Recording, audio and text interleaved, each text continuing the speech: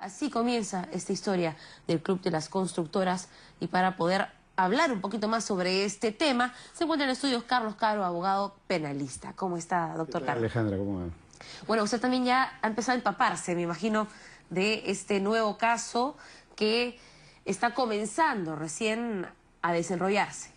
Sí, este es un caso que ha venido investigando la Fiscalía según la información pública desde el año pasado, 2017, pero una digamos, investigación que todavía se encuentra en sus inicios, ¿no? Porque como la Fiscalía pidió la detención preliminar de 6 personas, la cual ha sido ya confirmada por la Sala, el día de hoy se ha conocido que ya la Fiscalía ha pasado a la siguiente etapa, que es la investigación preparatoria, con lo cual ahora, digamos, ha entrado en una etapa más avanzada.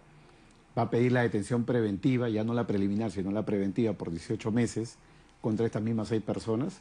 Y yo creo que el juzgado se los va a dar porque de estos 6, 5 están prófugos en este momento, es decir, que nunca se han puesto a derecho, han tenido la oportunidad, digamos, en los primeros días de esta investigación preliminar poder dar su versión o su descargo, cosa que no han hecho hasta el momento, ¿no?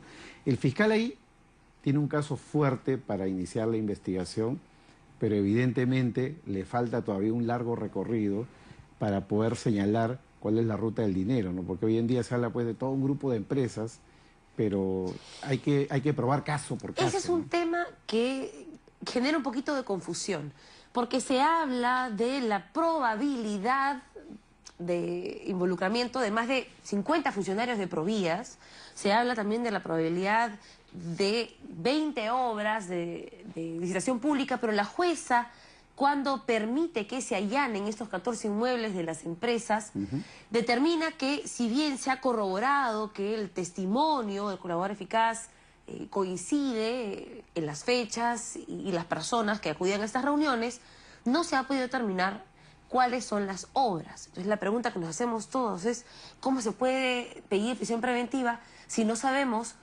en qué obra se cometió el delito? Y eso es lo que decía hace un momento, ¿no? Porque tiene que determinarse qué personas, qué concretas obras y qué procesos, digamos, o licitaciones habrían recibido la influencia de estos funcionarios, digamos, que están siendo objeto de cuestionamiento. Acá lo que ha habido es que la Fiscalía tomó, digamos, la versión del colaborador eficaz, muy bien, que daba cuenta de estas reuniones, la confirmó con los vouchers, llamadas telefónicas, pero hasta el momento no se ha fijado la ruta del dinero de las coimas, ¿no? Han habido, digamos, algunos vouchers que han aparecido de parte de estos funcionarios públicos, sobre todo los que están ahorita con mandato de detención preliminar, pero como tú bien has señalado, no existe hasta el momento una identificación precisa, ¿no?, de cuáles son las concretas obras, cuál es el concreto negociado que se ha podido producir, y se esperaba que la Fiscalía esto lo encuentre, digamos, hace 2 viernes en que se produjo los allanamientos de estos inmuebles que se han mencionado, ¿no? Que se encuentre en los allanamientos la información exacta.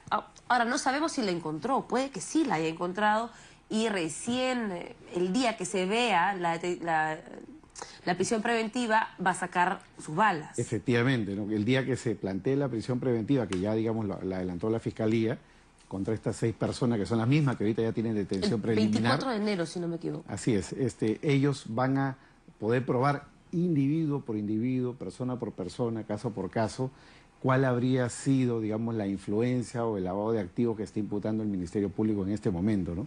Ahora, esto es para estas 6 personas, porque después hay un montón de personas investigadas que van a pasar y están acompañándolos estos 6 funcionarios en la preparatoria, respecto a los cuales la verdad que hay un gran signo de interrogación. Hay un grupo de empresas ahí que son más de 20, hay un grupo de personas que son aproximadamente también 20, que son objeto de investigación, pero la Fiscalía tiene que hacer un esfuerzo ahora de concreción, porque de lo contrario, de acá a unos meses lo que vamos a ver es que se archiva el proceso, ¿no? Lo importante en todo caso, Alejandra, es que este tipo de procesos hay veces te llevan a una sola conclusión, aunque la Fiscalía los pierda, que la Fiscalía los archive, son procesos que generan un efecto disuasorio, ¿no? Porque si había un club, bajo la hipótesis de que hubiera un club, ese club se desactiva, ¿no?, desde el momento en el cual se gatilla una investigación de esta naturaleza, de manera que si hubo un club en algún momento y funcionó de una manera X, Y o Z, está claro que ahora el Ministerio está en una situación de resorteo, pero no revela que esos clubs existen en todos los rubros, porque yo dudo que solo los constructores crean que ese es un buen negocio, ¿no?, pagar coimas para licitar con el Estado. Sí, pero hay una diferencia importante, y es que el presupuesto público se gasta en sumas millonarias básicamente en las obras de infraestructura, ¿no? Y es por eso de que todo lo que significa venderle al Estado infraestructura pública, carreteras, hospitales, etcétera, siempre es un negocio donde los márgenes de dinero que puedan haber pueden ser muy cortos si vas dentro del margen de la legalidad, pero si hay coimas, si hay corrupción, evidentemente se puede aumentar, como se dice en la hipótesis fiscal, hasta el 108%, ¿no?, de la suma establecida, que es lo que permitía la ley, ¿no? Entonces, si estamos hablando de cientos de millones de soles, ese 8% de diferencia nos arroja cifras que pueden ir por 100, 200 o 300 millones de soles dependiendo del tamaño del proyecto. Entonces, no estamos hablando de poco dinero, a diferencia pues de una adquisición o venta de computadoras a nivel, por ejemplo, del Ministerio de Educación, donde evidentemente está en juego algunos millones, pero no esas sumas millonarias que se plantean en las obras de infraestructura. Y ahí hay un diferencial, digamos, de qué es lo que pudo haber motivado en algún momento a que existiera, digamos, este club que está investigando en este momento la Fiscalía. Todo nos regresa siempre a Odebrecht, porque técnicamente este club de constructoras son constructoras que iban a tomar licitaciones ganadas por Odebrecht y que no tenía la capacidad tal vez de ejecutar o necesitaba ayuda. ¿De qué forma esto se relaciona a los otros casos que ya estaban comprendidos en esta empresa? ¿O es que cuando la Fiscalía comience a avanzar va a tener que empezar a individualizar procesos? ¿Cómo debería proceder para poder ser más eficiente? Porque evidentemente un fiscal no puede procesar a más de 150 personas. Claro, este es un megacaso. Este es un caso, digamos, que ha ido más allá de las posibilidades iniciales de la Fiscalía. La Fiscalía ha formado este equipo especial, digamos, que dirige el doctor Hamilton Castro, pero este equipo especial se ha dividido también por casos, por materias y por empresas, ¿no? Por ejemplo, el día viernes, como se ha conocido públicamente, el pedido de detención preventiva que en su día fue amparado por el juez Carguancho y ha sido revocado por la Sala Superior, justamente porque hay veces cuando se entra, digamos, al detalle ya de individualizar proceso por proceso, queda, digamos, en tela de juicio estos mandatos de prisión preventiva que se pueden dar en algunos casos, ¿no? Y en este caso en particular, la Sala Superior, he tenido la oportunidad de leer la resolución, ha sido muy dura, ¿no?, con el juez, sobre todo por el tema, digamos, del acopio de pruebas por parte de un colaborador eficaz, ¿no? Lo que en buena cuenta ha dicho la Sala es que si hay un colaborador eficaz, mientras la colaboración eficaz no esté completamente, digamos, corroborada o probada, no puede, digamos, servir para un mandato de prisión preventiva, aunque sí puede servir, digamos, para iniciar una investigación, ¿no? En el caso de estas empresas, ¿se les podría aplicar el decreto de urgencia aprobado por el gobierno? A ver, este decreto de urgencia tiene fecha de caducidad. Va, digamos, a perder efectos ahora hacia la quincena de febrero. Muy bien, y conforme, digamos, a la regulación vigente, no se le puede aplicar, porque solamente se aplica a aquellas empresas cuyos funcionarios han sido ya condenados o empresas que han aceptado su responsabilidad penal ante autoridades nacionales o internacionales, como es el caso de Odebrecht, ¿no? En el caso de estas empresas, todavía están en proceso de investigación, todos están alegando inocencia, la presunción de inocencia los ampara, por lo tanto el 003 no se les aplica. Lo que sí existe es un proyecto, digamos, aprobado por el Congreso, que ha sido rechazado por el presidente de la República y lo ha devuelto con observaciones, y ahora está en la comisión permanente, y no sabemos si el Congreso la va a aprobar por insistencia. Si ese fuera el caso, si la comisión permanente insistiera y diga, no, esto tiene que ponerse en vigencia, ahí sí el problema va a ser otro, porque entonces a las consorciadas que tengan más del 10% de participación en los consorcios con Odebrecht se le va a poder aplicar el 003. Y para que el público entienda, el 003 es una medida de congelamiento de fondos, porque al final del día, si tú eres una empresa sospechosa de haber cometido corrupción, prácticamente no puedes vender tus activos libremente. Es algo así como la Unión Soviética, ¿no? Tenemos que pedirle permiso al ministro de Justicia, el ministro de Justicia tiene que autorizar la venta y parte del dinero pasará a un fondo que es un fideicomiso para el pago de la reparación, donde la intención puede ser muy buena, pero yo creo que la solución no ha rendido efectos porque uno esperaría de que ese fondo ahorita sea un fondo millonario, pero a la fecha es un fondo que, como dijo la ministra Marisol Pérez Tello hace algunos meses, es un fondo que apenas ha logrado recuperar hasta el día de hoy solo 10 millones de soles, ¿no? Para el tremendo perjuicio o daño, digamos, que se alega a nivel público, no parece de que ese sea el camino. Además, Alejandra, hay que tener en cuenta de que el 003 está regulando al final del día un tema de reparación civil, y la reparación es función del Ejecutivo, la reparación es función del procurador, eventualmente del fiscal si es que el procurador no la pide, y de los jueces, ¿no? Entonces, el defecto grave que yo veo en el 003 es que, aparte del ahogamiento a las empresas, si todos queremos que las empresas paguen, las empresas tienen que pagar de acuerdo al flujo de su caja, ¿no? Porque si las empresas no pueden seguir trabajando, entonces no van Pero a ¿y poder cómo pagar la hacemos entonces reparación. que paguen? Porque el problema aquí es que estas empresas le han generado un perjuicio al Estado porque han desaparecido millones de dólares que no se encuentran en obra pública, que no han regresado al ciudadano, y a la vez tenemos una situación que está complicando futuras inversiones, futuros negocios, contratos con nuevas licitaciones, porque las necesitamos para poder seguir construyendo. No, excelente la pregunta, y yo creo que esta es la oportunidad para poder aclarar lo siguiente, ¿no?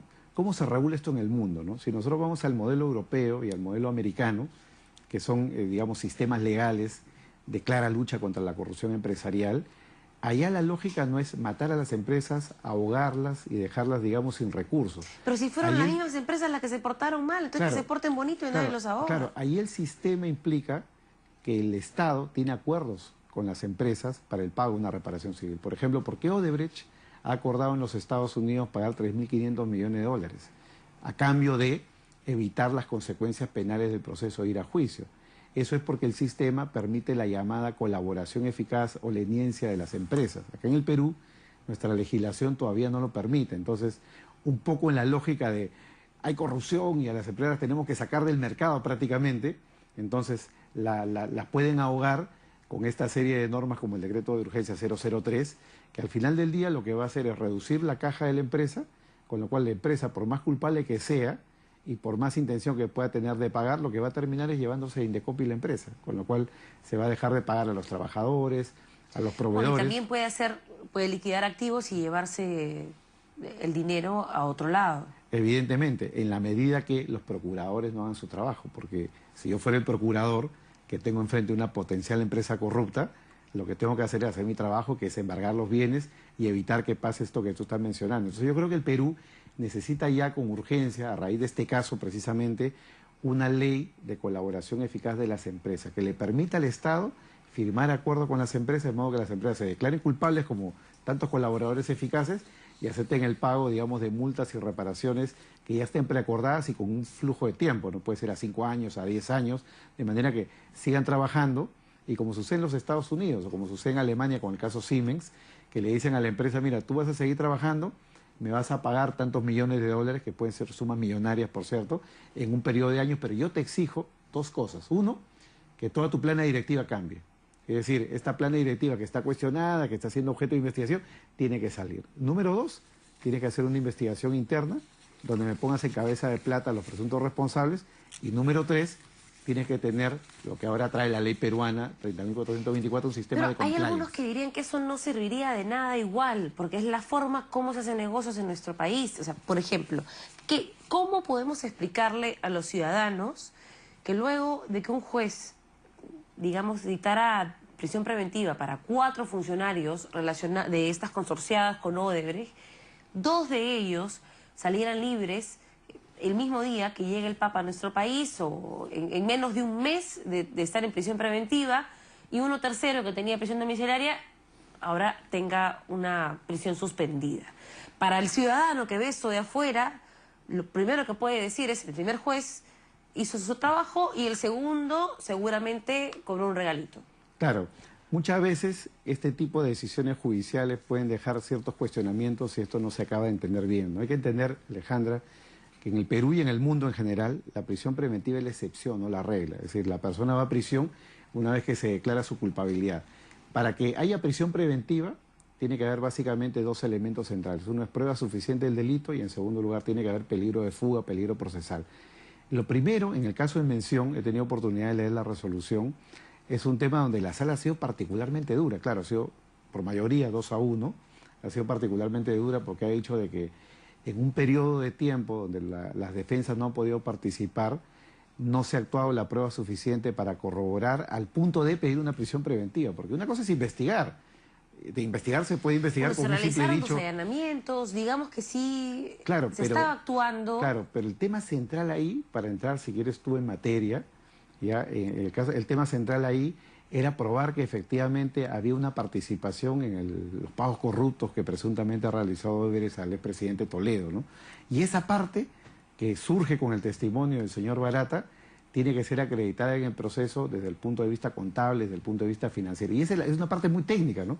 De manera que la Fiscalía le ha querido presentar esto a raíz de unos testimonios, digamos, y una pericia contable que no ha tenido oportunidad de refutación por parte de la defensa. De manera que la sala ha dicho, este es un tema que es un debate para el fondo del caso, ¿no? Donde ya una vez que haya eventualmente juicio, se verá si hay responsabilidad o no responsabilidad, pero no es prueba suficiente para una prisión preventiva. Pero lo otro, que es lo más importante, y a mi juicio ya debe de invitar una reflexión, digamos, a nivel de todas las detenciones preventivas que se vienen dictando, es que la sala ha zanjado de que el peligro procesal, el peligro de fuga, es algo que no depende del chequero de la billetera, porque hay que recordar que en primera instancia el juez dijo de que si estas personas que son empresarios y tienen un patrimonio, digamos, producto de sus negocios, tienen mucha plata, entonces con mucha plata te puedes fugar del país, te puedes escapar.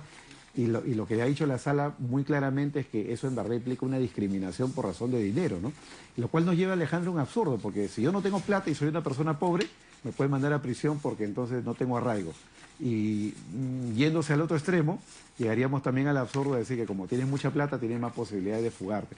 Todos estos temas, en verdad, deben de ser explicados a la población con mucha claridad, ¿no? Los jueces tienen que acordar criterios, porque esto de acá no es nuevo, ¿no? Esto de acá ya lo dijo la Corte Suprema en varias ocasiones, y lo ha dicho también incluso esta misma sala en otros casos, ¿no? De manera que creo que es importante no venderle humo a la población. La población tiene que entender que si una persona se va a la cárcel es porque ya verdaderamente ha sido hallada culpable, ¿no? Y en el caso de la detención preventiva es cuando efectivamente hay mucha prueba de cargo.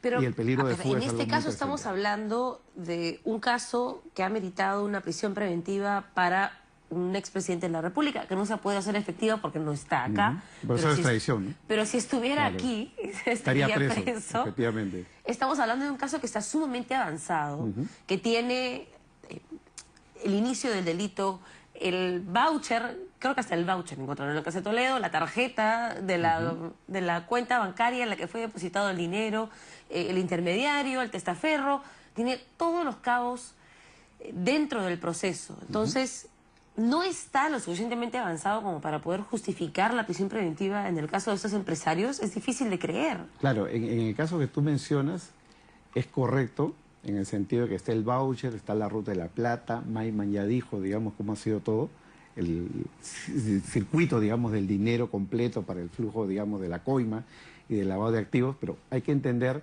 o hay que recordar de que esto se gatilla a raíz de la información que entrega Odebrecht. Y Odebrecht dice, yo soy el que le he pagado. Por lo tanto, el voucher y la transferencia bancaria... Pero dice Odebrecht también que las consorciadas sabían. Esa es la parte 2 del caso. Esa es la parte 2 del caso, que es la que se está investigando en este momento respecto a las consorciadas, ¿no? Entonces, entrando ya en esa materia, ahí, lamentablemente, digamos, para la persecución penal y de repente para las expectativas de algún sector del público, es que no hay el voucher, ¿no? No hay el voucher. Pero es no difícil hay, digamos... que exista el voucher. Claro. Y no solamente se requiere el voucher, también se puede sustentar bajo indicios probables. Si sumas más de un indicio, puedes determinar pues que era difícil que las consorciadas lo sepan. Claro, y efectivamente eso es lo que ha dicho la Fiscalía. ¿Cuál es el indicio que usó la Fiscalía en ese caso concreto?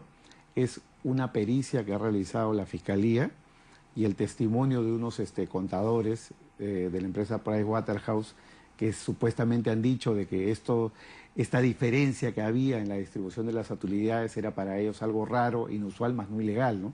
Claro, esta versión, más una pericia de parte de la Fiscalía, es lo que al fiscal lo animó, digamos, a pedir una detención preventiva, ¿no? Y esto, Alejandra, es algo que puede ser un indicio para una investigación y debe dar lugar, sin duda, a una investigación, pero cuando uno habla ya de una detención preventiva se requiere una prueba, lo ha dicho la Corte Suprema en el mes de octubre, en el caso del lavado de activos de la sentencia plenaria 1 del año 2017, se requiere, digamos, un nivel de prueba muy elevado, ¿no? Al punto que la Corte Suprema ha establecido de que el nivel probatorio ahí debe de ser muy alto.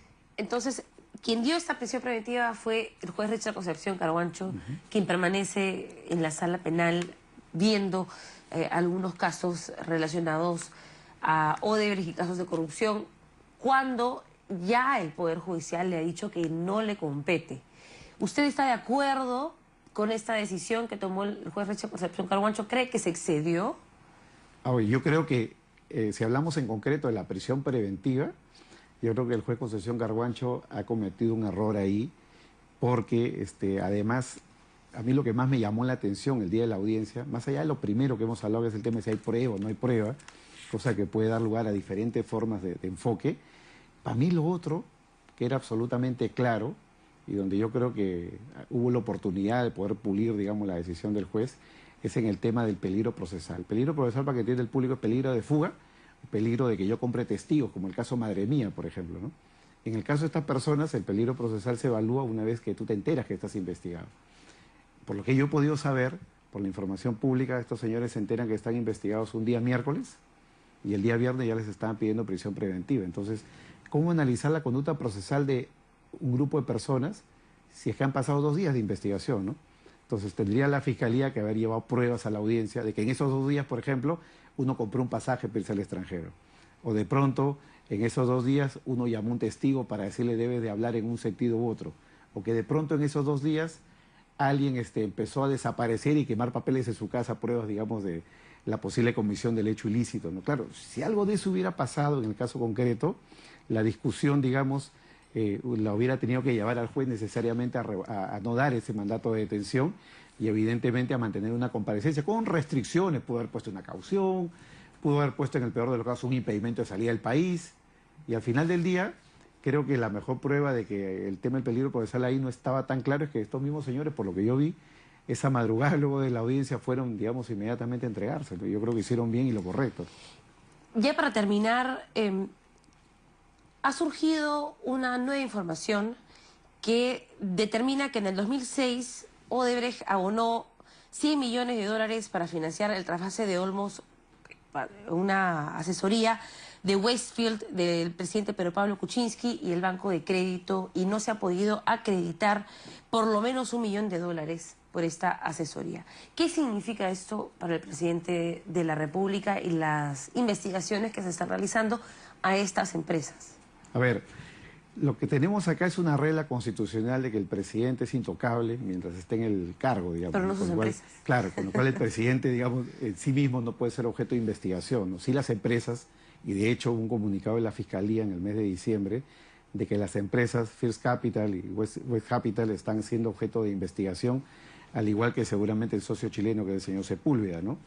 En ese contexto es que la Fiscalía ha iniciado una investigación en la que yo creo que estamos en este momento en la punta de la madeja, porque va apareciendo información, Es por eso que yo he sido uno, digamos, de los defensores, no de la inmunidad presidencial, sino lo contrario, pero sí del debido proceso, ¿no? Yo creo que no podía vacarse al presidente sin un debido proceso, y un debido proceso implica la oportunidad de que él, o en este caso sus empresas, el mismo señor Sepúlveda, que expliquen, digamos, cuál es el origen de todos estos negocios, y una vez que se tenga todas las cartas sobre la mesa, ¿pero qué se tendrá que tomar la decisión? ¿Pero qué significa procesalmente para las empresas? Puede significar muchas cosas. Puede significar, número uno, de que ha habido un tema de no pago de impuestos, con toda la discusión legal que hay sobre si eso es delito o solamente una deuda tributaria.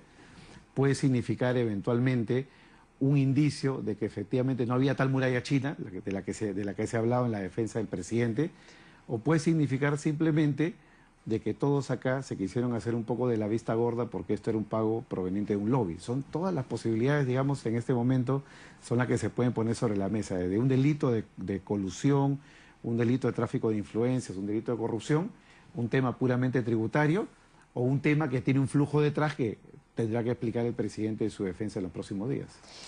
¿Suficientes indicios para tal vez pedir una nueva vacancia en el Congreso por parte de nuestros legisladores? Yo creo que no, me atrevo a decir que no, y yo creo que en verdad sea lo que se ha tenido que aprender, digamos, del periodo de vacancia anterior que quedó frustrado, es que no se pueden hacer las cosas a la loca, no se tienen que hacer las cosas con calma, con prudencia, tiene que analizarse la información, tiene que haber lugar al debido proceso, una posibilidad de explicación en este caso del presidente, antes de acudir, digamos, a estas medidas políticas que están previstas en la Constitución, pero que llevan a resultados graves, ¿no? Claro.